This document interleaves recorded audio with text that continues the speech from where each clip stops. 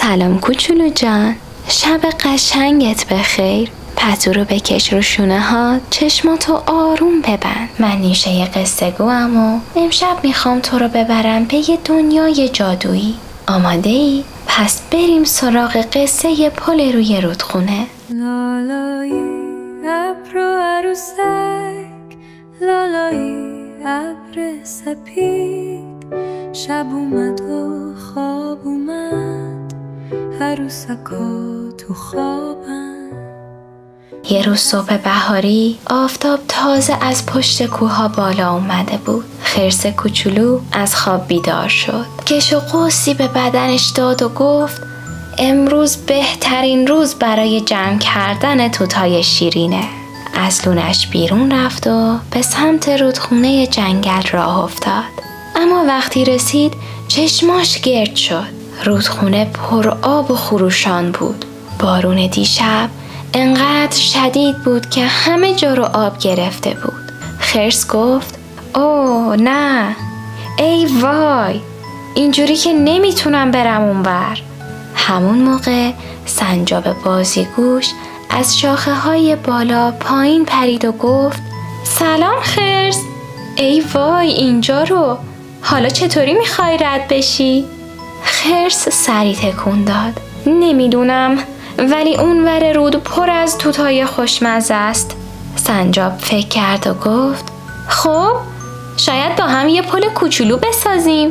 خرگوش که داشت از کنارشون رد می شد شنید و گفت منم بهتون کمک میکنم. اول سنجاب از درختها شاخه محکمی آورد. خرس داستان ما تنه درخت کوچیکی رو که افتاده بود کشون تا کنار رودخونه آورد. خرگوشم برگ‌ها و علف‌های بلند جمع کرد تا شاخه‌ها رو محکم ببنده.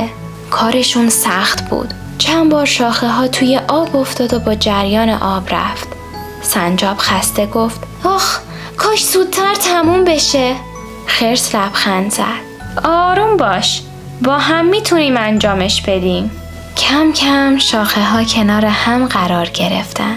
خرگوش با دقت گره زد. خرس تنه درخت رو وسط گذاشت. سنجاب هم برگ‌ها رو روش پهن کرد که نرم باشه. وقتی پل آماده شد اولین کسی که رد شد جوجه تیغی کوچولو بود. آخه اون تا امروز هیچ وقت نتونسته بود از رودخونه رد بشه. با خوشحالی گفت مرسی که این پلو ساختین، حالا میتونم برم پیش دوستم که اون طرف روده.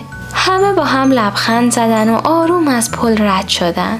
اون طرف رود بوته های پر از توت قرمز و شیرین منتظرشون بود. نشستن و با هم خوردن. خرس گفت خیلی عالی شد. تنهایی نمیتونستم این کار رو انجام بدم، ولی با کمک شما دوستای عزیز بالاخره تونستیم از رود رد بشیم.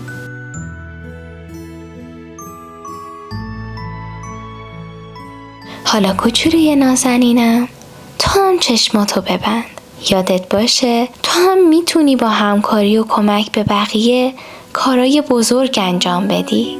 ابر و عروسک، لالایی ابر سپید، شب اومد و خواب اومد، عروسکا تو خوابن، منتظر خواب شیرین، خرگوش و خرس مهربون توی بغل ما هم. ما میگه شبتون بخیر، قصه تمومه تموم. لالایی کوچولوی ناز، نیوش و قصه میگه باز، تا بخوابی تو عزیز. لالایی کوچولوی ناز، نیوش و قصه